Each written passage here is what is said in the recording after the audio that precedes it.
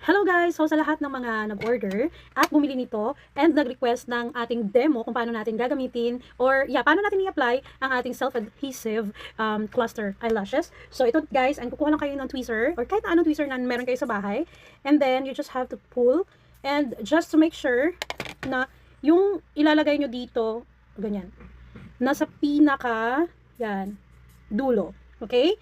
So nasa dulo na tayo, mas maganda na meron kayong salamin. And then, nakatingin kayo sa salamin dyan. Dito sa baba, okay? Ilalagay natin sa ilalim ng ating eyelash at dito sa ating waterline. Dyan, okay? As you can see, ilalagay ko siya na meron akong salamin. And, ipupull ko lang siya. Ilagay ko lang siya agad. And then, use the back of your tweezer. And then, i-push nyo siya. So, meron na tayong isa. And then, kukuha na naman ulit tayo ng isa pa. Mostly, ginagamit ko tagtatatlo, magkabilaan. Para natural, ano talaga siya, looking ang dating. Again, kukuha ako ng aking salamin. Titingnan ko yung eyelid ko. Ilalagay ko siya sa ilalim ng aking mga natural lash. And, done. Okay, kukuha pa tayo ng isa.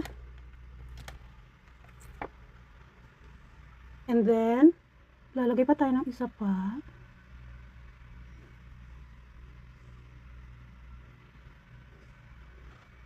Okay. So, yan siya.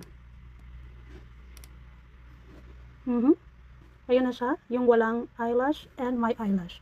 And as you can see, andyan siya. Andyan lang siya. Yan. So, maglalagay tayo sa kabila. So, eto na naman tayo sa second na sa left side. So, as you can see, ganito yung paglagay natin. So, ayusin lang natin siya, no? Ganyan. And then, kuha ka ng salamin. Tapos, ilalagay natin siya sa ilalim ng ating natural lash. And, look at that. Another one. Lagay mo sa tip. And, lagay mo na dyan.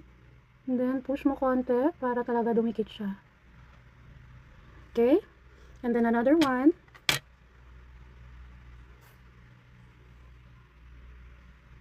Kailangan may salamin kayo. Okay? Sa baba. Para makita nyo kung saan nyo in-apply.